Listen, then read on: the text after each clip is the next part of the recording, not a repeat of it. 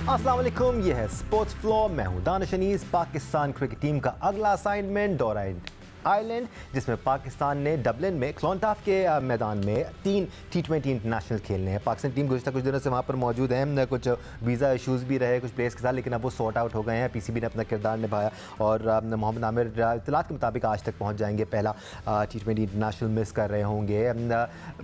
Anyways, Pakistan के पास potential मौजूद है, ऑप्शंस मौजूद हैं, बैकअप में दूसरा तीसरा ऑप्शन भी मौजूद है। तो आज पाकिस्तान को प्लेइंग 11 तश्कील देने में इतना होगा नहीं। और गुज़श्ता दिनों जो प्रेस कॉन्फ्रेंसेस हमने देखी, चाहे वो बाबर आजम की हो या फिर हेड कोच अजहर महमूद की हो, दोनों ने ये कहा कि अब हम जो प्लेइंग 11 वर्ल्ड कप में लेके जाने वाले हैं उसी के साथ ग्राउंड में उतरेंगे और ज़्यादा एक्सपेरिमेंटेशन नहीं करेंगे। हाँ, फोर्स चेंजेस अगर कोई हुई तो वो ज़रूर की जाएंगे। एक्सपेरिमेंट के लिए आज हमारे साथ मौजूद हैं टेस्ट क्रिकेटर सिकंदर बख्श, साथ साथ टेस्ट क्रिकेटर अहमद शहजाद हमारे साथ मौजूद हैं और सीनियर स्पोर्ट्स जर्नलिस्ट प्रोग्राम्स को एंकर पर्सन सैयद याया हुसैनी हमारे साथ मौजूद हैं। आई कम्प्लीटली अंडरस्टैंड कि हम आज क्रिकेट में बात कर रहे हैं, बट याया आपसे कुछ देर पहले मैं आपकी ट्रांसमिशन देख रहा था हॉकी पर। Pakistan hockey team has been doing exceptionally well. कल फाइनल खेलना है जापान के खिलाफ। आई एम श्योर आप भी बहुत ज़्यादा एक्साइटेड होंगे बिकॉज हम सब तरस रहे थे।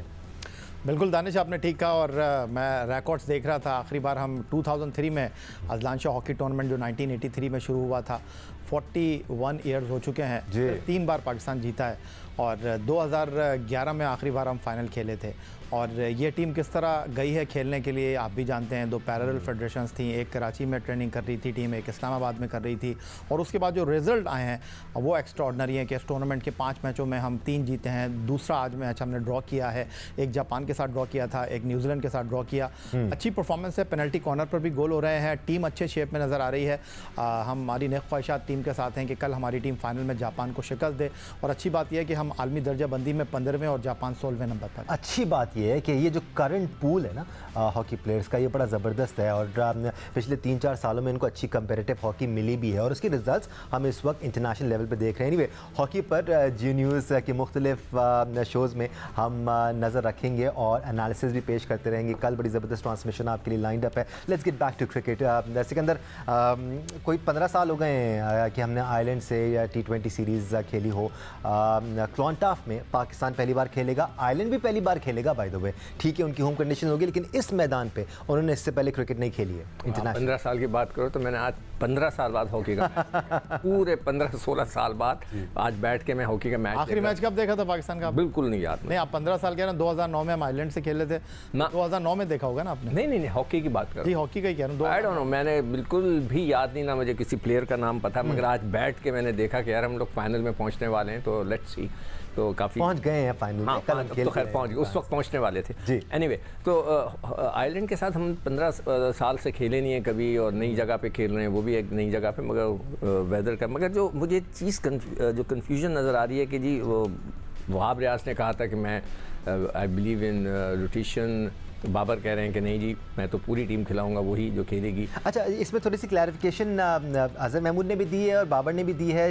जो रोटेशन की बात हो रही थी वो अब तक हो रही थी, अब टीम मैनेजमेंट और कप्तान का भी आया। मैं आपसे भी तस्दीक चाहूँगा इस बात की कि प्रेस कॉन्फ्रेंसेस के अलावा कोई खबर आई हो। बट मैं लाहौर में था जी के जाने से एक दिन पहले, और वहाँ जो मेरी खिलाड़ियों से बात हुई उन्होंने कहा कि सबको अपने रोल का बता दिया। बिल्कुल। और जो वर्ल्ड कप में टीम जा रही है, आपको तो 18 रुकनी टीम पता है ना कि जो इस वक्त इंग्लैंड और आयरलैंड में होगी, लेकिन लड़कों को जहनी तौर पर इस बात के लिए तैयार कर दिया गया, बल्कि उनको पता भी है कि कौन से लड़के वर्ल्ड कप में जा रहे हैं। 2-3 स्लॉट हैं जहां पर आप समझ सकते हैं कि तब्दीली होगी, बाकी सबको अपने रोल का पता है। और दूसरी बात जो सबसे इंपॉर्टेंट है कि पाकिस्तान टीम आयरलैंड और इंग्लैंड के खिलाफ 12 से 13 खिलाड़ियों के दरमियान ही आपको दिखाई देगी। यानी मेंटली तौर पर उन्होंने इस बात को तय कर लिया है कि जिस टीम के साथ हम वर्ल्ड कप में जिस कॉम्बिनेशन के साथ उतरेंगे उसी कॉम्बिनेशन को हम कंटिन्यू रखेंगे, आयरलैंड एंड इंग्लैंड। अच्छा, कौन से स्लॉट्स हैं जो जिनके लिए कोई मैच पड़ा हुआ है? मैच पड़ा हुआ है, देखें फिटनेस मसाइल का है सबसे बड़ा जो मसला है, वो तो ये है हारिस रऊफ का हो गया, आजम खान का भी नहीं पता। और बट ये जो खबरें आ रही हैं हारिस रऊफ से मुतालिक काफ़ी फिट हैं और अब नॉर्मल बॉलिंग के बहुत करीब आ गए हैं। देखें हमारे साथ अहमद भी मौजूद हैं और सिकंदर भी मौजूद हैं। आप जब अनफिट होने के बाद वापस आते हैं ना दानिश, जी जी जी, मैच फिटनेस आपको चाहिए होती है, वो बड़ी इंपॉर्टेंट होती है। तो की बॉलर हैं हारिस, इसमें कोई शक व शुबे की गुंजाइश नहीं है, लेकिन नसीम भी अंदर आए हैं, आमिर भी वापस आए, तो कंपटीशन बहुत टफ है। तो इस चीज़ को तय करना है। और बड़ी दिलचस्प बात है, मैंने इमाद वसीम का इंटरव्यू किया, उन्होंने मुझे बोला कि यार मैंने टीम मैनेजमेंट को मशवरा दिया है, आप मुझे किसी भी नंबर पे खिला दें, मैं तैयार हूँ खेलने के लिए, छक्का मारने के लिए भी तैयार हूँ, सिवाय ओपनिंग के। उन्होंने कहा ओपनिंग पे मेरा कोई चांस नहीं है। बट सिकंदर, अच्छा हेल्दी कंपटीशन है इस वक्त टीम में। जो लड़के अपनी जगह पक्की कर चुके हैं उनको कॉन्फिडेंस भी दिया गया है, ये ज़रूरी है। पिछले दिनों गुज़िश्ता सालों में हमने ये देखा है, थोड़ा सा क्वेश्चन मार्क रहा है कि कौन रहेगा कौन नहीं रह पाएगा। इस बार कॉन्फिडेंस दिया गया है कि जी आप हमारे प्लान का हिस्सा हैं और आपको हम कैरी फॉरवर्ड करेंगे, दिस इज़ गुड। नहीं, मगर मैं पर्सनली बिलीव करता हूँ कि इन 3 मैचों में भी इन जो भी लड़के अनफिट हैं या जो भी इनके इश्यूज़ हैं, इनको खिला दें। आपके तो पक्के कुछ लड़के हैं, आप उनको ना भी खिलाएं, मतलब या उनको नीचे कर दें बैटिंग ऑर्डर में। हमेशा मैं कहता हूँ बाबर है, रिजवान है, ये लड़के जिनको आपको पता है कि कंफर्म है ये खेलेंगे, शाहीन है, उनकी जगह नए लड़कों को इस 3 मैचों में खिला दें। इंग्लैंड से आप शुरू करें कि भाई इंग्लैंड से हमारी मेन टीम खेलेगी, हमें पता तो चले फिटनेस का। आज़म इज़ इम्पॉर्टेंट पर्सन, ठीक है, उसको खिला लें, सारे मैच दें, आप हारिस को पूरे मैच दें तीनों, ताकि हमें पता तो चल जाए उनकी फिटनेस ऐसी है। और इसमें भी सिकंदर, अगर आप 15 का स्क्वाड लेके जा रहे हैं तो जो बाकी 4 लड़के हैं, ऐसा नहीं है कि वो पूरे इवेंट में हमें एक्शन में नज़र नहीं आएंगे। तो I am sure team management की कोशिश होगी कि जो लड़के 15 में हैं एटलीस्ट प्लानिंग का हिस्सा, वो ज़रूर रोटेट होते रहें और उनको ज़रूर मौका मिलता रहे। बिल्कुल, आप अभी कह रहे थे ना कि मैच फिटनेस होनी चाहिए जी, जो भी अनफिट होता है। मैं तो इस बात पे बिलीव ही नहीं करता कि जी नेट्स के ऊपर उसकी फिटनेस देखी जाए। मैच की होनी चाहिए ना, मतलब जब आप नेट में बॉल कर रहे होते हैं तो आप कहते हैं वाह वाह मैंने बड़ी ज़बरदस्त गेंद कर दी। मैच में एक चौका लगता है तो फिर आप जोर लगाते हैं, और यही वो लम्हा है जिसका हमें फिटनेस देखनी होती है कि जब आप जज्बाती होकर गेंद करते हैं तो उस वक्त क्या होता है। राइट अहमद, हम ये बात कर रहे हैं कि पाकिस्तान टीम अब जितने भी मैचेस खेलने वाली है, जो हमें एक आइडिया मिला टीम मैनेजमेंट की तरफ से, चाहे वो अजहर महमूद हैं या बाबर हो, वो कहते हैं कि हम उसी स्क्वाड के साथ जाएंगे जो हम वर्ल्ड कप में लेके जाने वाले हैं। सिकंदर कह रहे हैं कि अभी भी हमें थोड़ी सी रोटेशन करनी चाहिए, थोड़ी सी चेंजेस करनी चाहिए। आपका क्या पॉइंट ऑफ व्यू है इसमें? देखिए, कहीं ना कहीं जब जितना पास हम वर्ल्ड कप के आ गए हैं, हमें लग नहीं रहा है कि हमारी चीजें अभी तक स्टेबल है। नॉर्मली अगर आप दुनिया को देखेंगे तो वो इस टाइम तक जो वर्ल्ड कप की टीम में जाके खेलेंगे वो लड़के खिलाएंगे, लेकिन क्योंकि हमारी अभी तक टीम कोई बैलेंस नजर नहीं आ रही है, तो I think I agree with Sikandar भाई कि हमें भी अभी भी कुछ चीजें अभी चेक करनी है। और ये आपको देखने को मिलेगा कि ये जो प्लेयर्स आयरलैंड के खिलाफ खेलेंगे, हो सकता है कि वर्ल्ड कप में ये प्लेयर्स ना खेलें। तो I totally agree with him कि नॉर्मली होना यही चाहिए कि जब जितने पास हम वर्ल्ड कप के हैं, हम उसी स्ट्रेंथ से जाए जो वर्ल्ड कप में होगी, लेकिन हमारी चीजें अभी तक कुछ कंफर्म नहीं है, तो let's see how it goes. कुछ फोर्स चेंजेस भी हैं या जैसे आज हमें अगर मोहम्मद आमिर वहाँ पर मौजूद होते तो वो लाजमी प्लेइंग 11 का हिस्सा होते हैं। आज शायद उनकी जगह हम किसी और को खिलाएंगे।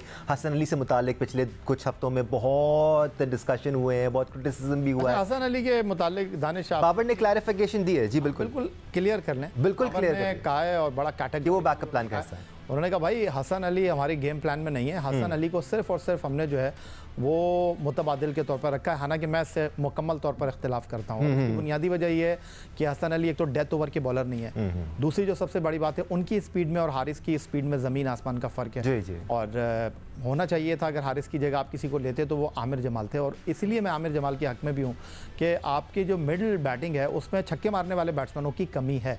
तो आमिर जमाल ने जिस तरह PSL में या ऑस्ट्रेलिया के दौरे में रन्स किए हैं, आई थिंक उनको होना चाहिए। And this makes a lot of sense Sikandar. Ahmad, मैं आपकी तरफ भी आऊँगा इस पॉइंट को लेके, बिकॉज ये इंपॉर्टेंट पॉइंट है। पिछले कुछ सालों में हमने स्ट्रगल किया है एक फास्ट बॉलिंग ऑलराउंडर के लिए। अब आमिर जमाल की सूरत में एक ऑप्शन हमारे पास ज़रूर मौजूद है। अगर आपको कोई और इफेक्टिव बॉलर चाहिए था तो मोहम्मद अली आपके पास मौजूद है, जिन्होंने पिछले 3 सीजन में डोमिनेट किया है डोमेस्टिक सर्किट में भी। सो यू हैड ऑप्शंस, नए प्लेयर जिनको आप डेवलप कर सकते हैं अगर आपको बैकअप के तौर पर भी रखना है तो। मैं आमिर जमाल से पहले जो ये हसन की बात कर रही थी कि उनको हमने रिजर्व रखा हुआ इन केस जी, फिर उसको भी तो खिला कर देखो।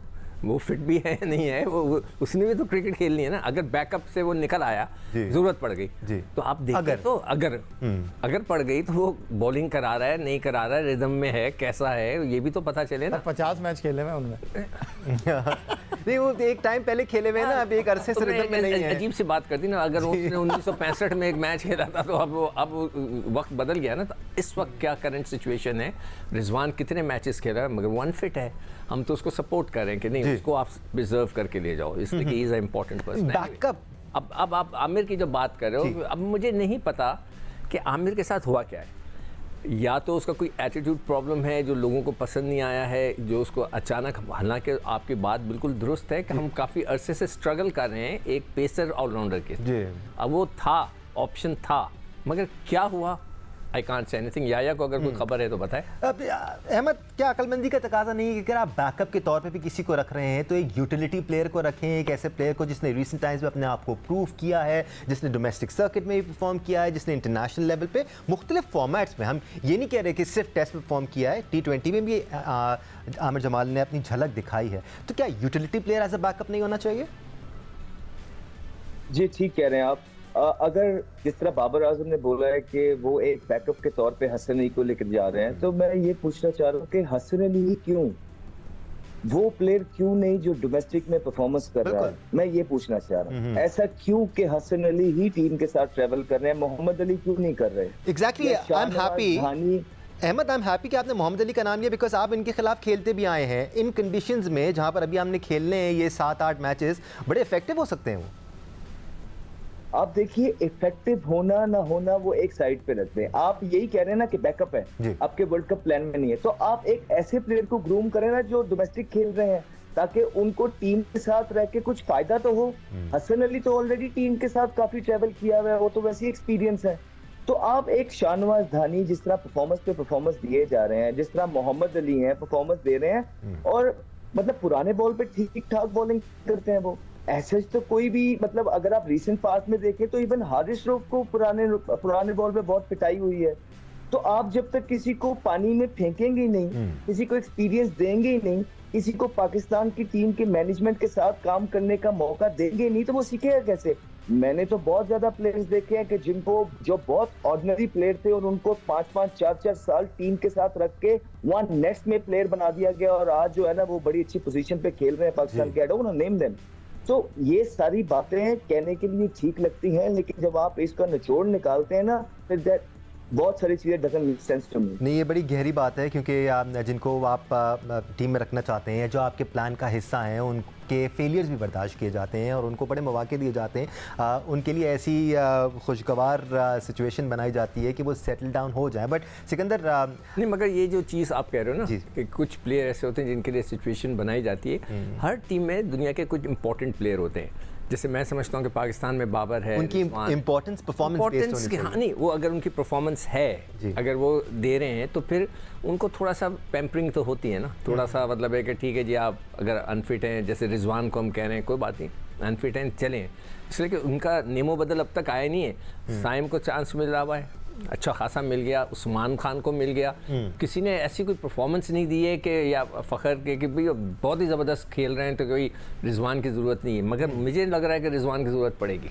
बिल्कुल बिल्कुल पड़ेगी। रिजवान ने साबित किया है गुज़िश्ता 2-3 सालों में अपने आप को, और रन्स किए हैं। साइम का जिक्र एक बार फिर सिकंदर ने किया, या बहुत ज़रूरी है कि अब वो रन स्कोर करना शुरू करें, बिकॉज एक तवील अरसा हमने साइम का केस लड़ा है, इसी शो पर बैठ के हमने साइम की तारीफ़ की है, दुनिया ने की है, और पोटेंशियल है उस लड़के में, but he needs to start performing now. Babar Azam उनको बैक कर रहे हैं, ये पॉजिटिव है कि एक यंगस्टर को सीनियर प्लेयर बैक कर रहा है, मैनेजमेंट बैक कर रही है, but we need him at the top of the order. Power play को यूटिलाइज करना है तो साइम ने अच्छा खेलना है। दानिश, मैं ये सारे चीज़ें जहन में लेकर गया था जब टीम ट्रैवल कर रही थी आइलैंड के लिए, तो एक दिन पहले मैंने उनका इंटरव्यू किया, और इस शो के बाद जो है अब वो 5:30 बजे हमारे स्कोर में इंटरव्यू चलेगा साइम अयूब का, और मैं जब उनसे बात कर रहा था तो मुझे ऐसा लग रहा था कि मैं किसी फ़िलासफ़र के साथ गुफ्तगू कर रहा हूँ। कोई प्रेशर नहीं था उनके ऊपर, बहुत काम थे, बहुत कूल थे, और वो कह रहे थे एक प्रोसेस है और हम उस प्रोसेस से टीम में आए हैं, कामयाबी मिलना ना मिलना उनका कहना था कि ये अल्लाह ताला के हाथ में है। और उन्होंने कहा कि मैंने उनसे पूछा कि यार चलें न्यूजीलैंड में आपसे रन नहीं हुआ, समझ आता है, वो फुल स्ट्रेंथ के साथ खेल रहे थे, वहाँ की कंडीशन थी, यहाँ पर आपको अफसोस नहीं है। उन्होंने कहा मैंने अपना 100% देने की कोशिश की है, कोई प्रेशर मेरे ऊपर नहीं है और मैं जो है पूरी कोशिश करूँगा कि 100% देने की कोशिश करूँ, लेकिन जितनी चीज़ें आपको अच्छी और आसान लग रही होती हैं वैसा होता नहीं है। उन्होंने कहा कि 2 एक ऐसे मैच थे न्यूजीलैंड के खिलाफ होम सीरीज़ में, मुझे लगता था कि मैं लंबी नहीं खेलूँगा। मैंने उनसे पूछा कि भाई आप सेंचुरी क्यों नहीं करना चाहते हैं, 50 का? उन्होंने कहा नहीं ना 50 के सोच रहा हूँ ना मैं सेंचुरी के बारे में सोच रहा हूँ, मैं तो उस इनिंग के बारे में सोच रहा हूँ कि मेरी इनिंग पाकिस्तान टीम के काम आए और मैं प्लेयर ऑफ द मैच बनूँ। उन्होंने मुझे इस हवाले से भी बड़ा सरप्राइज़ किया। मैंने कहा 9 जून की सब बात कर रहे हैं न्यूयॉर्क में पाकिस्तान इंडिया के मैच की। उन्होंने कहा नहीं हम बिल्कुल इंडिया के मैच के बारे में नहीं सोच रहे, हम वर्ल्ड कप जीतने के बारे में सोच रहे हैं। तो मुझे लगा कि बहुत क्लियर है, विजन, फोकस भी है, लेकिन बड़ी इनिंग की ज़रूरत है। और फिर एक सवाल मैंने उनसे जो किया था नो लुक शॉट पे, उन्होंने कहा आपको लगता है मैं प्लान करके खेलता हूँ? ऐसा नहीं है। तो अच्छी बात है, जितना एतमाद उनके अंदर है वो एतमाद हमको ग्राउंड में भी नज़र आना चाहिए।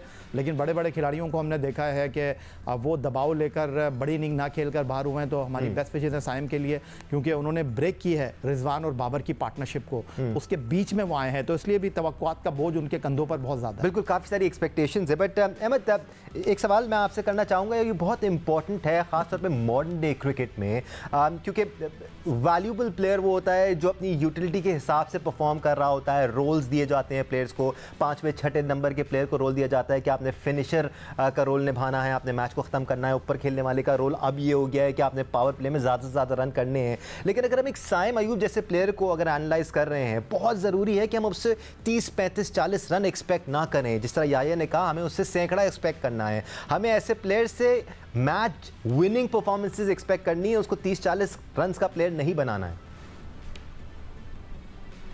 देखिए, जहां तक साइम की अंडरस्टैंडिंग है, टैलेंटेड प्लेयर हैं, इसमें कोई शक नहीं है। लेकिन बहुत सारे प्लेयर्स हैं जो इवन क्लब लेवल पर भी बहुत टैलेंटेड होते हैं, जब वो ग्राउंड में आते हैं परफॉर्मेंस नहीं कर पाते, इवेंचुअली उनको क्लब भी नहीं खिलवाता है। परफॉर्मेंस बेस्ड दुनिया नहीं, बिल्कुल। तो जब तक साइम रॉ थे बिल्कुल और सारा मीडिया उनको बहुत ज्यादा हाइप दे रहा था और सपोर्ट कर रहा था, तब तक कहीं ना कहीं टीम के जो करते धरते थे वो हेजिटेंट थे उनको टीम में रखने के लिए, उनको इवन जगह देने के लिए भी। आज जब सारे उनके अगेंस्ट बातें करने लग गए हैं और ये कहने लग गए हैं कि वो जो वजह है मेन वो साइम है, तो टीम के अंदर लोग उन्हें सपोर्ट करने लग गए हैं। तो इसके पीछे भी एक वजह है, वो कभी आएगी तो बताऊंगा ऐसा क्यों होता है टीम के अंदर। बता दो यार, क्या हो गया? जहां तक साइम की बात है, साइम को चाहिए कि आप थोड़ा सा स्टेप अप करें और थोड़ा सा स्टेडी क्रिकेट खेलें, बिल्कुल आराम, मतलब के उन्हें पिक एंड चूज करना पड़ेगा। 1-2 शॉट पे रहें, वो शॉट पे जहां पे उनको बॉल नजर आए वहां पे उन पे जाएं, और अगर वहां बॉल नहीं है तो रोटेशन पे जाएं। इसी तरह वो लंबी इनिंग खेल सकेंगे। और जब उनके 3-4 इनिंगें 3-4-50 वो कर देंगे, उसके बाद उनको थोड़ी सी क्रिकेट की समझ आएगी। अभी तक तो वो बच्चा प्रेशर में खेल रहा है बहुत ज्यादा, और कोई भी प्लेयर जो 18 इनिंग इंटरनेशनल इनिंग में कुछ नहीं किएगा वो प्रेशर में तो होगा, लेकिन at the same time he will consider himself very lucky कि उसे 19 मैच भी मिल रहा है। बिल्कुल, प्रेशर में तो इजाफा हो रहा होगा, चाहे वो जितने भी काम और कंपोज नजर आए याया के साथ इंटरव्यू में, बट जब ग्राउंड में उतरेंगे he will be feeling all those failures behind him। But जैसे अहमद ने कहा, 1 इनिंग्स 2 इनिंग्स अच्छी तगड़ी लग जाएं तो वो सारे फेलियर साइडलाइन हो जाते हैं, कॉन्फिडेंस वापस आ जाता है। डिस्कशन जारी रहेगा, we'll take a break here, आप भी हमारे साथ रहेगा। Welcome back once again to sports flow. Pakistan और आयरलैंड के दरमियान पहला T20 इंटरनेशनल कॉन्टाफ में खेला जाएगा। अब से तकरीबन 2 घंटे बाद 7 बजे पाकिस्तानी वक्त के मुताबिक इस मैच का आगाज़ होगा। टीम मैनेजमेंट और कप्तान कहते हैं कि प्लेइंग 11 का तयन हो गया है, हम उसी 11 के साथ जाएंगे जो हम वर्ल्ड कप में खिलाएंगे। लेकिन क्या आवाम के दिमाग में भी प्लेइंग 11 क्लियर है? क्या सब मुत्तफिक है कि हाँ यही प्लेइंग 11 होगी? हमारे एक्सपर्ट्स की प्लेइंग 11 क्या होगी starting from today on all the way to the World Cup? Sikandar, आपसे शुरू कर लेते हैं, आपकी प्लेइंग 11। यार बड़ा मुश्किल सवाल है, एक तो मुझे नहीं पता। नहीं, मुश्किल क्या है? मैनेजमेंट कह रही है कि हमने तयन कर लिया। तो रिजवान फिट है, हाँ ना, आजम फिट है। कल के बाद देखो, कल एक दफ़ा वो खिला देना लड़कों को कि भी आजम भी फिट है, वो खेल रहा है, रिजवान खेल रहा है, हारिस, फिर हम बनाएंगे। मैं अभी कैसे बना सकता हूँ? अगर मैं अभी रिजवान को रखता हूँ, कल नहीं खेले, आप कहेंगे आप रिजवान फिट है, जो इत्तलात आ रही हैं फिट है, या सब फिट है ना? ये पूछा गया है बार बार टीम मैनेजमेंट से कि कौन कौन फिट है कौन नहीं है। सब फिट है, हारिस रऊफ भी फिटनेस की तरफ आ गए हैं, बस मैच प्रैक्टिस की ज़रूरत है। ऐसा ही है ना? नहीं दानिश, अभी थोड़ा सा एफ एंड बट हैं। अगर ऐसी बात होती तो फिर तो कोई मसला था ही नहीं, आप अपनी टीम का ऐलान कर देते। लेकिन जो बिल्कुल सिकंदर वक्त बात कर रहे हैं, भजा कर रहे हैं, क्योंकि आपने न्यूजीलैंड के खिलाफ सीरीज़ में 16 खिलाड़ियों को मौका दिया। अभी आपके पहले 4 स्लॉट क्या होंगे, ये एक बड़ा $1 मिलियन क्वेश्चन है। अगर आप साइम और बाबर के साथ ओपन करने जा भी रहे हैं तो नंबर 4 के ऊपर फ़खर जमान ने अपनी जगह को सीमेंट कर दिया है, जो वो जिस तरह खेले हैं। लेकिन अब सवाल यह है कि रिजवान नंबर 3 पर होंगे या उस्मान नंबर 3 पर होंगे। फिर उसके बाद सलमान अली आगा जो हैं वो इफ्तिखार को टफ़ टाइम देने के लिए तैयार हैं, और मुझसे अगर आप पूछेंगे तो मैं तो फिर सलमान अली आगा के साथ जाऊंगा। फिर नंबर 6 और नंबर 7 पोजीशन पर इमाद और शादाब हैं, और फिर उसके बाद हो सकता है उन दोनों में से आप शादाब को ही खिला रहे हैं? नहीं, दोनों खेलेंगे। अच्छा, दोनों खिला रहे हैं। शादाब भी खेलेंगे। 3 है, 3 में से 2 खिला, ठीक है। अबरार को नहीं खिला रहे? नहीं, अबरार खेलेंगे ना, अबरार 8वें नंबर पे होंगे, फिर आप 3 फास्ट बॉलर के साथ जाएंगे। अच्छा, तो मतलब बेसिकली आप अबरार को भी खिला रहे हैं, शादाब को भी खिला रहे हैं और इमाद को भी खिला रहे हैं? यस। अच्छा, ठीक है। और पेसर्स आपके? 3 पेसर होंगे ना फिर उसके बाद। कौन पेसर है? 3 पेसर देखें, शाहीन, अभी आमिर नहीं है, पहले कंफर्म है, शाहीन और आमिर तो कंफर्म है। मैच पड़ेगा नसीम शाह और आपका हारिस रऊफ में। अच्छा, आप कह रहे हैं कि शाहीन और आमिर कंफर्म है, शाहीन और नसीम कंफर्म नहीं है? यस, बिल्कुल। ओके, ठीक है। अहमद, मैं आपकी तरफ आता हूँ पहले, फिर मैं सिकंदर की तरफ आऊँगा। आपके नज़दीक let's keep fitness issues aside right now, team management कह रही है कि हम बहुत करीब हैं फाइनल 11 पिक करने के लिए बिकॉज सब फिट हैं।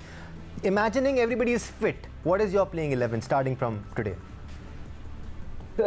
देखिए, मैं बता तो देता हूँ, लेकिन प्लेइंग 11 प्रिडिक्ट करने के लिए हमें वहाँ पे होना बहुत जरूरी है। किस तरह का पिच है, क्या एटमॉस्फेयर है, वहाँ फोकस क्या है, ये सारी चीजें जरूर आती हैं। लेकिन अगर मैं अपनी पसंद की आप जो करंट लॉट हमारे पास है उसमें से बताऊं तो आई थिंक आपका प्रीमियर फास्ट बॉलर पहले भी जो था वो अभी भी है, नसीम शाह है। ठीक है, वो किसी भी सूरत में बाहर नहीं बैठते, आपके प्रीमियर फास्ट बॉलर है। उसके बाद आपके जो है ना शाहीन आएंगे अंदर, ठीक है, सही है, वो भी आपके प्रीमियर फास्ट बॉलर है, उनसे बहुत ज्यादा उम्मीदें हैं इस वर्ल्ड कप के लिए। और उसके बाद आपके जो है ना आमिर और हारिस रऊफ के अंदर से you can always decide. I think Aamir, क्योंकि अब आप आमिर को लेके आए हैं, आपने उनकी रिटायरमेंट वापस दी गई है, ली है, तो आपको आमिर के साथ जाना चाहिए। इब्रार किसी भी सूरत में लास्ट वर्ल्ड कप में भी बाहर नहीं बैठता था जी। हमने बहुत बात की है इब्रार की, ठीक है। इब्रार मिस्ट्री स्पिनर है, इब्रार एक अच्छा बॉलर है, हमने उनको खेला भी है, हमने सबको खेला है पाकिस्तान के जो डोमेस्टिक सर्किट में या करंट लॉट में जितने भी, आई थिंक जी। तो इब्रार जो है वो किसी भी सूरत में बाहर नहीं होते। फिर उसके बाद इमाद वसीम आते हैं, ठीक है, इमाद वसीम खेलते हैं। फिर आपके आजम खान आते हैं, जो कि अगेन आपके वर्ल्ड कप में कीपर भी वही होने चाहिए। और आपके लोअर मिडिल ऑर्डर में जिस तरह की परफॉर्मेंसेस पिछले 4 साल से चल रही हैं, वो भी बाहर नहीं होंगे, आपके बनते ही नहीं है, चाहे वो परफॉर्मेंस हो या ना हो। लेकिन जो उनकी एबिलिटी है to clear the boundary ropes, वो और किसी के पास नहीं है करंटली आपके पाकिस्तान क्रिकेट टीम में। अगर आप उनको लेके गए हैं तो ही शुड बी प्लेइंग। फिर उसके बाद आपके जो ओपनर से ऊपर से स्टार्ट करते हैं, इमाद वसीम तो आपके होंगे, ठीक है, ऊपर से स्टार्ट करते हैं। ऊपर आपके बाबर क्योंकि नंबर 3 पे आए थे, उन्होंने 350 किए थे, लेकिन जैसे ही वो कैप्टन बने वो दोबारा से ऊपर दौड़ गए। समझ नहीं आया कि बाकी सारी चीजें अभी तक कोई चीज डिसाइड नहीं हुई है, लेकिन उनके 350 करने के बावजूद भी वो खुद ऊपर चले गए, बड़ी अच्छी बात है। वो आ गए थैचर, वो आ जाएंगे, उनके साथ साइम अयूब होंगे। नंबर 3 पे आपके उस्मान खान आ जाएंगे, नंबर 4 पे आपके फखर जमान होंगे, और नंबर 5 पे आपका जो है ना एक 12 हो गए आपके जो भी अवेलेबल 12 हो गए भाई। नहीं हाँ मैं नहीं 11 गिन रहा था। 11 सर, आपके पास तो फ्लोटर ही इतने हैं ना। हाँ। आप खुद भी तो यही करते हैं, आप नंबर 3 तक बैटिंग खिलाते हैं, उसके बाद आप नंबर 9 वाला ऊपर चौथे पे पहुंच जाते हैं। तो सर हमें भी उसी तरह की टीम बनानी पड़ेगी ना, हमें आपकी भी मेंटालिटी देखनी पड़ेगी, आप क्या करने जा रहे हैं टीम के अंदर। शादाब को तो आप चौथे पे खिला देते हैं, जब उनसे बैटिंग नहीं होती आप उनको ऊपर ले जाते हैं। तो सर समझ ही नहीं आ रही ना, 12 अभी भी नहीं हुए। आपके देखें, बाबर आजम हो गए, साइम अयूब हो गए, नंबर 3 पे उस्मान खान हो गए, नंबर 4 पे फखर जमान हो गए, नंबर 5 पे आपके आजम खान हो गए, नंबर 6 पे आपके इमाद वसीम हो गए, इब्रार हो गए, और 3 फास्ट बॉलर सर। अच्छा, रिजवान नहीं है आपकी टीम में? जी बिल्कुल, ये जो करंट लॉट है, अगर आप मुझसे पूछेंगे तो मेरी इस टीम में, क्योंकि आजम खान को आप बाहर नहीं बिठा सकते हैं, किसी भी हाल में आप आजम खान को बाहर नहीं बिठा सकते हैं। सो अगर आपने इस टीम में जाना है, या तो रिजवान ओपन करेंगे, ठीक है, वो वहीं पे इफेक्टिव हो सकते हैं। अगर रिजवान ओपन नहीं करेंगे तो रिजवान नंबर 3 पे इफेक्टिव मेरा नहीं ख्याल है हो पाएंगे। हाँ, अगर बाबर बड़ा दिल करके रिजवान को ओपन कराते हैं और खुद 3 नंबर पे आते हैं, जिस तरह के उन्होंने न्यूजीलैंड की सीरीज में शो किया है 350 करके कि ही कैन बैट देयर, फिर ही काम बनता है। अदरवाइज रिजवान को अगर आप ओपन नहीं कराएंगे, रिजवान का नंबर 3-4 पे कोई काम नजर नहीं आता। ये डिस्कशन हम कर ही इस वजह से रहे क्योंकि मामला इतने क्लियर कट है नहीं जितने मैनेजमेंट कह रही थी सिकंदर। मैं भी इसी वजह से कर रहा था। हाँ ठीक है, मैंने आपसे कहा क्वेश्चन मार्क्स हो सकते हैं फिटनेस को लेकर, बट प्लेइंग 11 बनाना इतना आसान होगा नहीं पाकिस्तान के लिए। स्पेशली एक तो पेसर्स में से आप किसको खिलाते हैं, या हारिस को खिलाते हैं या आमिर को खिलाते हैं, फिर स्पिनर्स में आप कौन से 2 स्पिनर खिलाते हैं या 3 खिलाते हैं, ऊपर टॉप 4 में आप किसको खिलाते हैं, रिजवान का बैटिंग ऑर्डर क्या होता है, ये सारे सवालात के जवाब मिलने हैं अभी आपको। देखो उस्मान को तो मैं नहीं खिलाऊंगा। अच्छा, बिल्कुल तो साफ साफ आपने कह दिया कि मैं नहीं खिलाऊंगा उसको, मैं रिजवान को खिलाऊंगा। ओके, उसको 1 डाउन खिलाऊंगा, साइम रिजवान को, साइम। बट ये जो अहमद की बात है, ये दिस सेंसिबल नेचुरल नंबर लगता है बाबर का तीसरा नंबर। नहीं, 100% रिजवान को ओपन करना चाहिए साइम के साथ। Saim Babar, sorry Saim Rizwan Babar Fakhar, and this makes more sense. ठीक है, 5 पे मैं रखूंगा इफ्तिखार को। मेरा प्लेयर मुझे मतलब अच्छा लगता है, मैं समझता हूँ कि वो अगर उसको अब डिफरेंस क्रिएट कर सकता है, डिफरेंट क्रिएट कर सकता है। फिर शादाब लाडले भी हैं और रोटी गैंग के मेंबर भी उससे हट के चल। हाँ नहीं, इसलिए वो शादाब आ गए। अच्छा, अब इमाद को मैं इसलिए नहीं रख रहा कि आज़म की जगह बनती। मैं एग्री करता हूँ शहजाद से कि आज़म को होना चाहिए नीचे पावर हिटिंग के लिए। फिर उसके बाद आपके पास एक स्पिनर आ जाता है इब्रार। अब एक नहीं है हमारे पास, अब 3 स्पिनर हो गए। शादाब भी है स्पिनर, इब्रार भी है स्पिनर, इफ्तिखार भी है स्पिनर, और फिर साइम अयूब भी एक पार्ट टाइम स्पिनर। हाँ वो भी है, बल्कि 4 हो गए आपके पास। और फिर 3 फास्ट बॉलर्स आ जाते हैं। शाहीन और नसीम शाह 100% होते हैं, राइट। अगर आमिर फिट है, अगर खेल तो वो आ जाते हैं। अगर वो नहीं आते और हारिस, आमिर तो फिट है, आज पहुंच जाएंगे वहां पर, अगले मैच से अवेलेबल। नहीं हो गया ना वीजे का इशू सॉल्व, मतलब वो आज नहीं खेल रहे। अगर वो हो तो वो खेल लेंगे, अगर वो नहीं है तो फिर मैं कहूँगा कि हारिस को खिलाएं। अगर हारिस अनफिट है तो फिर आप हसन अली को खिलाएं ना, ताकि पता तो चले कि हसन अली को आप अगर रिजर्व में भी अब्बास आफरीदी भी हैं, किसी ने उनका नाम, वो बहुत अच्छी बॉल कर रहे हैं। अगर हसन अली ने परफॉर्मेंस कर दी तो फिर उसे वर्ल्ड कप में भी लेके जाना पड़ेगा। हाँ तो ले जाएं लेके जाएं। आपने बुलाया क्यों उसे? जब बुलाया तो खिला। I really want to talk about conditions as well Ahmad. या आपकी तरफ भी आऊँगा। यहाँ पर आयरलैंड में और इवन इंग्लैंड में कंडीशंस बड़ी डिफरेंट होती हैं, मूवमेंट ज़्यादा होता है। क्या इसी किस्म की कंडीशंस आपको यूएसए और वेस्ट इंडीज़ में मिलेंगी? I don't think so. अच्छा, एक सवाल, क्या इज इट पॉसिबल उस जगह पे मूवमेंट हो रही है तो हम 4 स्पेसर्स खिला दें और एक स्पिनर कर दें? हाँ, इज इट पॉसिबल? जी बिल्कुल। जहाँ तक आपने आइलैंड की बात की है ना, वहाँ बॉल चलता है जी, वहाँ पे नया बॉल उसको सपोर्ट जरूर मिलती है। और ज्यादातर कंडीशंस भी जो है ओवरकास्ट होती हैं।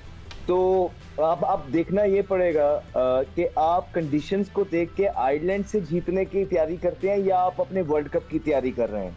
अगर आपने वर्ल्ड कप की तैयारी करनी है तो वो डिफरेंट प्लेइंग 11 होगी। अगर आपने आयरलैंड से जीतने की तैयारी करनी है तो वो डिफरेंट प्लेइंग 11 होगी। ठीक है, आप अहमद अगर सपोज करें आप वर्ल्ड कप की तैयारी के लिए आप इब्रार को खिला देते हैं और वो पिच उसको सूट ही नहीं कर रही, तो उसका भी तो कॉन्फिडेंस खराब हो जाएगा ना अननेसेसरी खेलने से।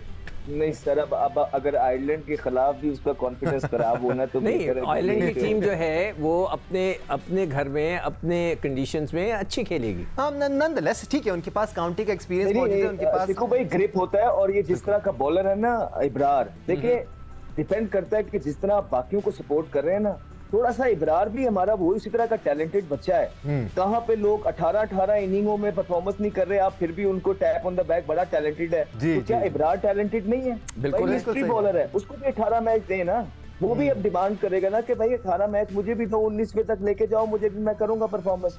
ठीक है, आप देखिए कि टैलेंटेड है, मिस्ट्री है। नॉट एवरी डे पाकिस्तान के अंदर मिस्ट्री बॉलर्स आते हैं, तो आपको सपोर्ट करना पड़ेगा। लेकिन सपोर्ट आप तभी करेंगे ना जब आप थोड़ा सा मेरिट पे चीजें लेके जाएंगे। ठीक है, तीसरे नंबर पे याया ने खेलना था, लेकिन अहमद शहजाद और सिकंदर बख्त ने 18 ओवर खेल लिए तो उनकी बैटिंग ही नहीं आई। आज के लिए प्रोग्राम के टाइम खत्म हुआ, बस इतना ही। याद रहे 7 बजे पाकिस्तान और आयरलैंड के दरमियान क्लॉन्टाफ में मैच होने वाला है। It's going to be interesting. Things are heating up. World Cup की तैयारी जोरों शोर से जारी है। लेट्स होप कि आज जो प्लेइंग 11 खेले वो तगड़ी खेले और आयरलैंड के खिलाफ हम क्लीन स्वीप करके एक रिदम बनाने की कोशिश करें वर्ल्ड कप से पहले। सैयद सिकंदर बख्त, अहमद शहजाद, आप तीनों का शुक्रिया। आप सबका शुक्रिया देखने के लिए। आज के लिए इतना ही। अल्लाह हाफिज़।